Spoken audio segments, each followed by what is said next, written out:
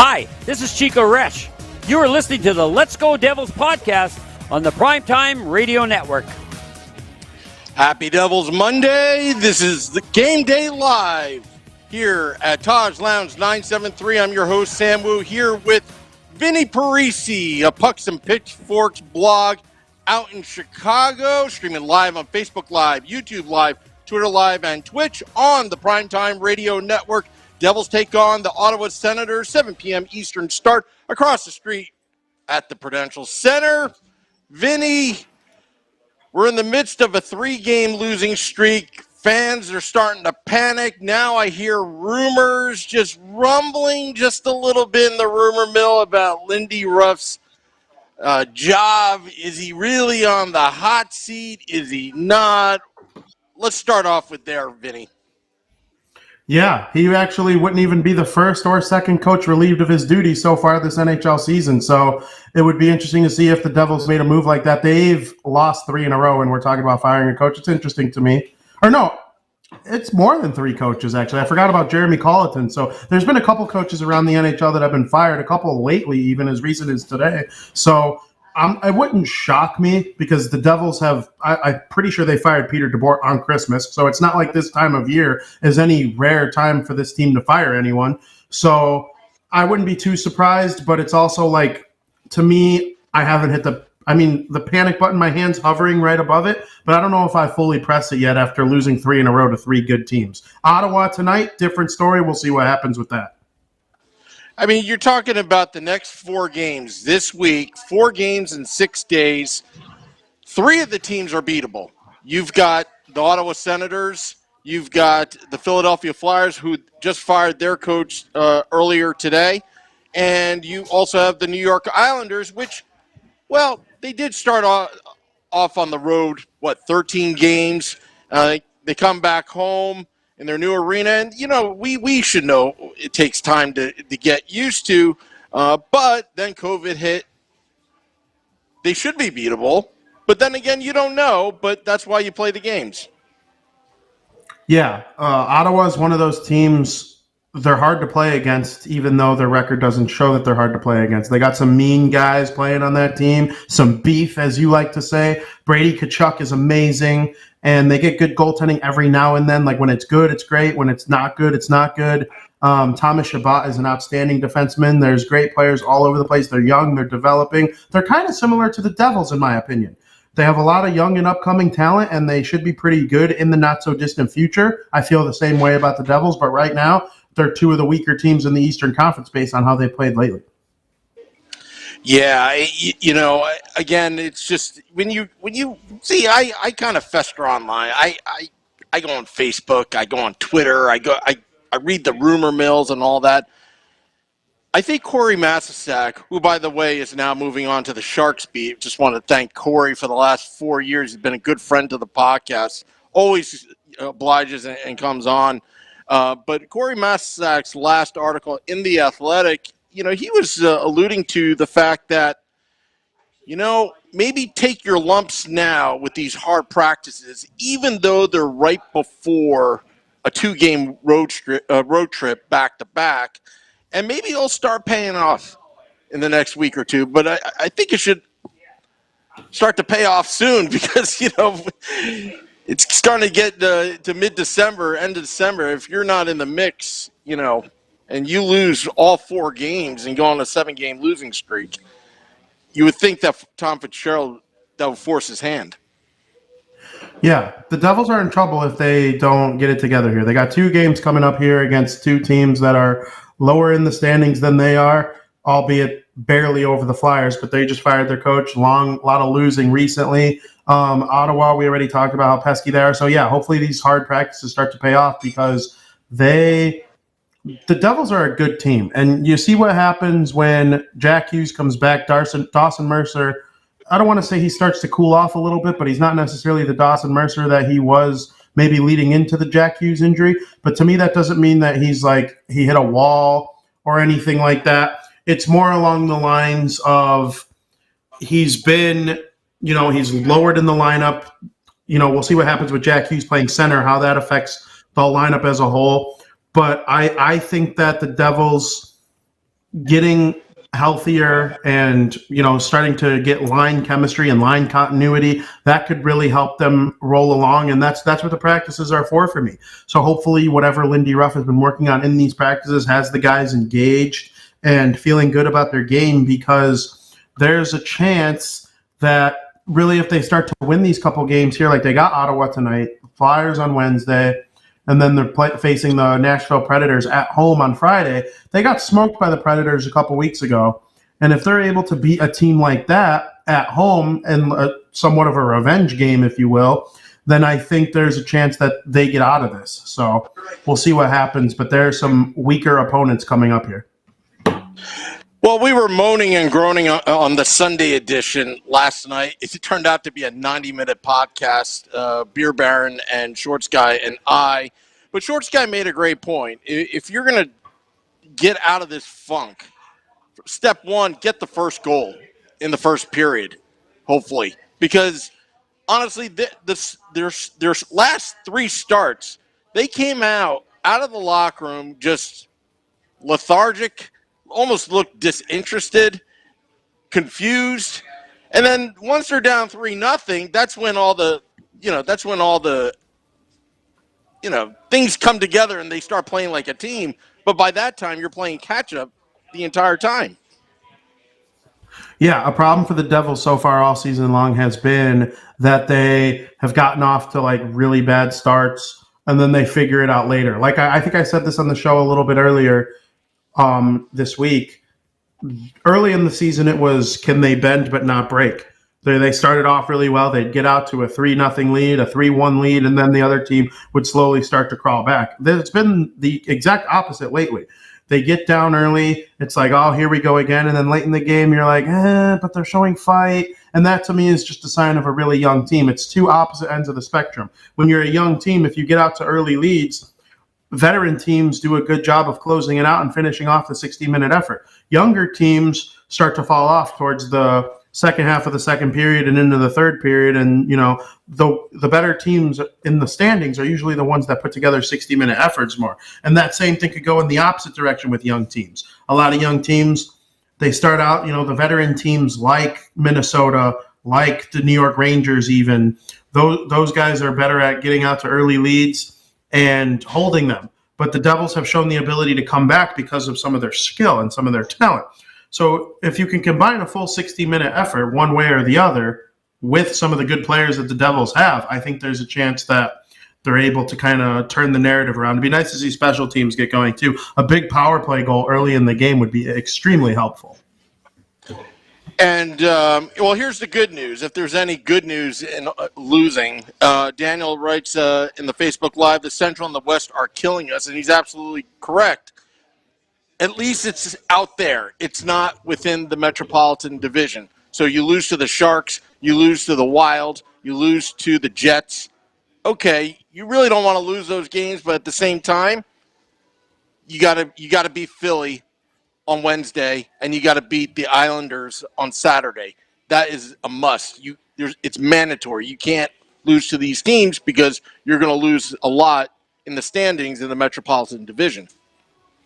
Absolutely. And so the Devils trail the Pittsburgh Penguins for the final wild card spot by 5 points, and they have 2 games in hand on them. So if you assume that the Devils win 2 games made up, which obviously is a wild assumption, you don't win just whenever you feel like it. But like, if you assume that they win the 2 games that they have in hand, then they're only back 1 point of Pittsburgh, and that maybe they can make that game up against Pittsburgh or that point up here or there. Like, there are lots of ways for the Devils to get back on track. It's not even close to over yet. They have played less games than a lot of the teams in the Eastern Conference. I'm looking there at the standings, and Boston and Philly are right there with the Devils in the standings, and they both played like at minimum 2 less games than every team ahead of them. So it's weird, but it's also like, they had a chance to get healthy. Obviously, missing that 1 game from Ottawa because of COVID is the reason they're playing tonight at all. So it's definitely, it's a hole, but it's not one that they can't dig out of. They got to keep playing well, and their main focus should be playing well. If you play well, you'll win. If you don't play well, you'll lose. But playing well is more important for the Devils than most teams because they have young players that are trying to learn how to win for the long term. Because whether people want to admit it or not, Nico Hischier, Jack Hughes, Mackenzie Blackwood, Dawson Mercer, those are the guys. Those are the guys that the Devils are trying to build around, and in order for them to succeed, they need to play, and they need to go through their good patches like they had earlier in the season, and they need to go through their rough patches like they're going through right now. And you can't just, after a 3-game losing streak, give up on everything because they lost to Winnipeg, who's amazing, and Minnesota, who's amazing. And I'm not saying just because the opposition is good gives you a pass, because in order to be good, you got to beat good teams. And the Devils haven't done that. But I don't think the sky is truly falling 100% just yet. But the next 4 games is very important, because if the slide continues and you're talking about 3 games, then 4 games, 5, 6, 7, is it the goaltending? Is it the coaching? It's the leadership? What is it? Yeah, so if they lose to the Ottawa Senators tonight, it's going to be very worrisome. You're going to start to see people trying to pinpoint why the Devils are, losing all these games and losing to Ottawa, and people are going to blame Nicker because he has the C and he's been bad ever since he got the C, even though that's just not true. You'll even see people starting to hate on Jack Hughes because he's, he hasn't put up 5 points in the 3 games he's come back. Even though him and Hischier both scored in their last game, they'll always be the guys that everyone points to. But, I mean, you can blame the goaltending. The team doesn't play great in front of Mackenzie Blackwood. We all know how good he is when everything is going well for him and for the team. And where Blackwood goes, the team goes, I think. So it would be nice to see the defense pairs really come together and put together a good effort against Ottawa, because even though Ottawa is probably inferior to the Devils in terms of talent and depth, I think feeling good about yourself can come from a big win over a team like that. So I would like to see the Devils come out and really kind of knock Ottawa around a little bit if they can. Yeah, but I'll tell you, Dougie Hamilton and Ryan Graves, they struggled the last 2 games. I mean, they've gotten beaten, at times. But you know what? Ryan Graves did score that goal, trying to get something going. But, they need more from them. I mean, they've played well up until that point before the 3-game losing streak. But yeah, I think Graves always seems to score not long after he makes a bad play. So it's like, okay, Graves, you don't have to only bring offense when you're trying to make up for some bad defense. You can play your defensive game, and then if an offensive opportunity presents itself to you, take it, because you can clearly put the puck in the back of the net. You've already got more goals this season than in most of your years combined. So not literally, I'm being exaggerating, but I mean, he scored a lot for the Devils and, contributed to the offense a little bit more than I think he did with Colorado. So, and obviously the depth in Colorado is far superior to the Devils. He was much deeper on the roster than he is here. But I don't know. I would hope that coming home, playing against a team where there should be some favorable matchups, especially at home, I could see Dougie Hamilton and Ryan Graves having a really good game here today. yeah, and they should. I mean, you're playing the Ottawa Senators. I mean, they're still a young team. They've got a lot of young talent, but you're at home. You got to win these games. You simply have to win these games. Now, I'm reading some of the comments in the Facebook Live. Corbin says the leadership is lacking big time on this team. How do you not see that? Do you agree or disagree, Vinny?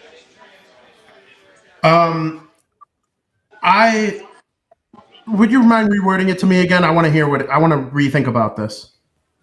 The leadership is lacking big time on this team. How do you not see that? Yeah, I mean, the Devils are a young team. All their leaders are they're vets, but they're not necessarily they don't have a Bergeron or they don't have a Crosby or a Taves.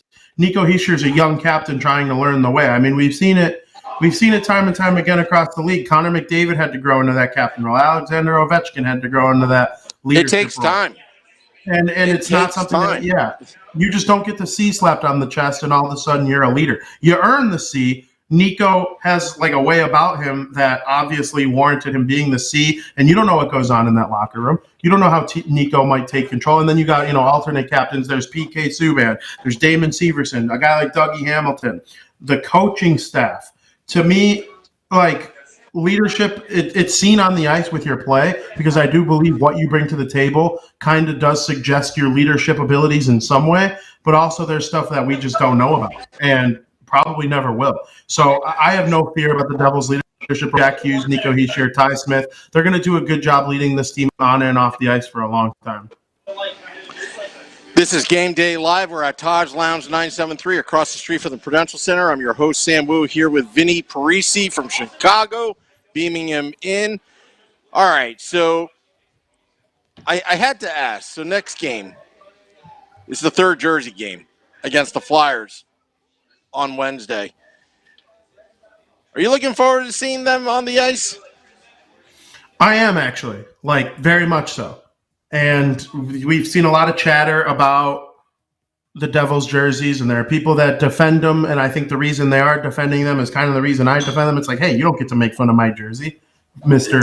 Flyers fan, Mr. Flyers fan or Blackhawk fan. You're not making fun of my jersey. I make fun of my jersey. You have to like it, or else. So I don't like seeing people make fun of the Devils jersey. I almost get defensive over my team. So I hope they go out there and look awesome and score 6 goals against the Flyers.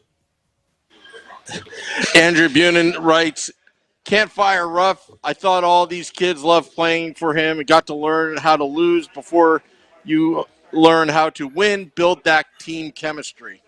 I think that's a good point. I think that's a fair point. Yeah, that's fair. And I kind of alluded to that earlier. You're gonna take your beatings and you're gonna take your triumphs when you're a young team trying to lead the way. There is no Taylor Hall. There is no Zach Parise. Ilya Cole, those guys are gone, and they've been gone for a while now. And even last year, getting rid of someone like Kyle Palmieri or Travis Zajac, those guys were able to be voices in the room when they were on a 3-game losing streak. Well, now it's on the younger guys to help them pull out of it. This is a young team. They're one of the youngest in the league, so we'll see what they're made of coming up. Yeah, and I'm also reading on the YouTube live, JTK39 says, this is the first time this team had truly faced adversity without past veterans to lean on. Leaders hopefully will emerge through this adversity. I would agree with that. Yeah, and that's no fair. Palmieri, no Zajac to lean on. Yeah, and you've seen it already so far. I've seen people like Jack Hughes comment on losing, and Nico Hischier got up on the podium last week. Nobody likes to lose. It's just weird to me to think that there are people out there that think that these guys don't like to or don't care about winning or losing. Everybody is gonna show their frustrations when they're in a stretch like this, and I hope they get out of it tonight, because this is a big one tonight for the Devils. Yeah, and to reiterate, I don't think it's Lindy Ruff's fault here. I think it's just part of the I think it's part of the learning process, the growth of this young team. But however, the next 4 games is kind of a sign if they can come together. They should come together. I'm not saying these games are going to be easy to win, but they're winnable games. But if they're going to be losing, getting outscored, let's say 40-10 in that 4-game stretch, you got yourself a problem, because honestly, defensively, there's been a lot of holes. I'm kind of surprised by that. But who's back? Is he back tonight, Jaros? We don't know for sure if he's going to be back in the lineup, because we don't find those out until 5 minutes before game time. Oh, that's right. That's right. Yeah. But he was activated off of injured reserve, and I know that Jack Hughes is moving back to center, which could make a huge difference for the lineup as a whole. I hope we never see Jack Hughes play center ever again, or play wing ever again. And maybe it's a boost to the offense having him back at center, because the way he drives offense from this middle of the ice is unlike anything the Devils have ever had before. And I mean that coming from a center. A lot of their all-time great forwards are wingers. You think of Patrick Elias and Zach Parise and Ilya Kovalchuk and Clarkson. Adam Henrique before before Jack Hughes was in the conversation for one of the better centermen that the Devils have ever had. Same thing with Travis Zajac. And those aren't offensive superstars or anything. They each had a couple years where they flirted with 30 goals and 60 points. So Jack Hughes driving offense through the middle of the ice is a big deal to me. I mean, it was good to see Nico and Jack score the other night. it was disappointing that, okay, now you have a 4-3 lead, and then, all the unanswered goals that came after it. It was very disappointing. But, hopefully they'll get that back. Yeah, and you're going to take your beating against a team like the Winnipeg Jets every now and then. Like, they have superstars all over the place, and their defense is loaded with players that people might not know about because, like, once Dustin Byfuglien retired, it was like their entire defense that played in the Western Conference Finals the prior year was gone in a matter of, like, 6 months, and, like, they've rebuilt it, and it's really good, and the Jets are a good team. They have a good goaltender, and they have awesome forwards. So I'm not making excuses for the Devils. That was a pathetic game after going up 4-3. Like, that was just disgusting, but, I mean, it is what it is so far. Yeah, and, again, the Winnipeg Jets, how they built that franchise, coming back to Winnipeg. And also, remember when they drafted Mark Scheifele, how everyone's like, what? Turned out to be a great player. And he had a great game last game. I mean, he was on fire. Yeah. You can make an argument that Mark Scheifele is the most underrated player in the National Hockey League. You think of the superstars in the game, and it's Connor McDavid, and Leon Draisaitl, and Austin Matthews, and Nathan McKinnon, like the Ovechkin, Crosby, like those are the guys that people think of. Patrick Kane, like Mark Scheifele should be somewhat in that mix because if you look at his career statistics, they are right there with some of the best offensive players that are going in the game right now. So I'm with you on that. Mark Scheifele, most underrated player. All 32 teams would want to have him in their lineup badly. I just want to point out it's $3 house shots, $6 house drinks, $6 beers, and beer buckets, $27 for 6 beers. I saw somebody take a shot down when I went to that camera angle before. That can us talk about the Devils being stinky over the last 3 games. He's like, bartender, I need a shot. So I'll tell you what I'm eating. I got it right here. I don't know if I can reach back, but I'm having the fish today. I'm having salmon. I'm not having the catfish. I'm having the salmon today with butter garlic pasta. What do you think about that, Vinny? That sounds delightful. I think that when you eat any type of pasta with fish, the Italians are usually all over that. So I'm all for it. And I think there's a chance that the Devils – I think the Devils have a very small chance of losing when you eat any sort of meat or fish meat mixed with pasta. Like, there's just no way for me. Yeah, I mean, we didn't go to the Bolognese last Thursday and Friday. I mean, when we go to Enzo's, we go to the Bolognese, undefeated when we have that. But what are you eating tonight over there? Tonight there's going to be some brats. Brats and chips are on the menu for tonight. And we were talking about how funny it would be if we did buffalo wings because of the big game between the Buffalo Bills and New England Patriots. But we're sticking with the brats. We're going to be making some good-looking bratwursts tonight. Looking forward to it. Are you getting the Johnsonville brats? To be honest with you, I have no clue what brand they are. But I know that when I eat brats, my favorite team has a better chance to win. Yeah, speaking of Janssen, what was he thinking against Minnesota, taking off his helmet? Did he forget about the rule? Yeah, sometimes when you're in the heat of the moment, you just forget exactly where you are or what you're supposed to be doing, or maybe you just don't care. And the Devils weren't playing well against the Wild anyway. He probably figured, what the heck? So, I mean, that's just something that I didn't expect to see from him. But, hey, sometimes the wires cross and you forget about everything going on around you and what you're supposed to be doing. Yeah, I mean, it was kind of funny because I think Hartman didn't know what to do at that point because he's like, wait, you can't do that. But, it just kind of Hartman's no joke. The game. Yeah. Yeah, and that guy can fight. All right, so we got about 6 minutes left here, Vinny. Prediction time? Yeah, we've been getting wrong these predictions the last 3 times. Yeah, we've been way off. There was the one win where the last time the Devils won, you nailed it. You nailed the score perfectly. So let's try and get that going again. The Ottawa Senators are going to fall to the New Jersey Devils by a final score of 4-2. and I got a big game here in my brain. I'm picturing it. I think that the four most important players on the Devils right now are Nico Hischier, Jack Hughes, Dougie Hamilton, and Ryan Graves. Talking about skaters. Of course, the goalie is always important. The four most important skaters are those four for me. And I think all four of them are going to have a huge game trying to take advantage of the weaker Ottawa defense and hopefully the weaker Ottawa goaltending. So we'll see what happens. 4-2 Devils. Let's go. I got two scenarios. It depends if the Devils actually show up in the first period, right? If they show up in the first period, I would say 5-3 Devils today. A little bit high scoring. Goaltending has been a problem for both teams, so about that. But if they don't show up, I hate to say it, Vinny, it's going to be a 4-1 victory for the Ottawa Senators. It's just which team is going to show up in the first period. You can't be playing catch-up in the third period every single game. It was nice against the Tampa Bay Lightning. You caught them off guard. But the reality is you got to play a full 60 minutes. If the true New Jersey Devils play tonight, I'm calling a 5-3 victory.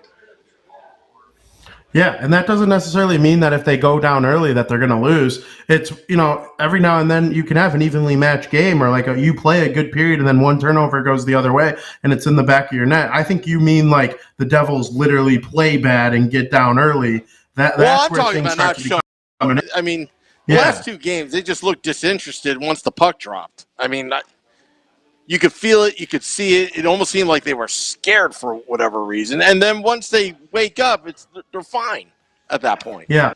It's just and weird. it's hard to stay interested as a fan when you see things like that. Like obviously guys like me and you and all the people watching the show are going to, continue watching no matter what.